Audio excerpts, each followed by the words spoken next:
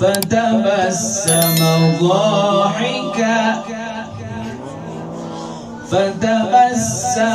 ضاحكا من قولها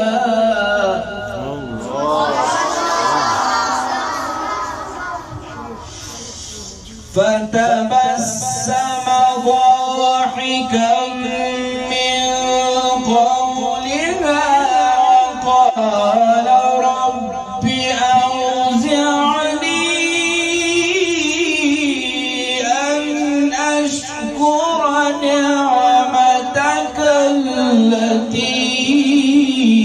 أنعمت علي وعلى والدي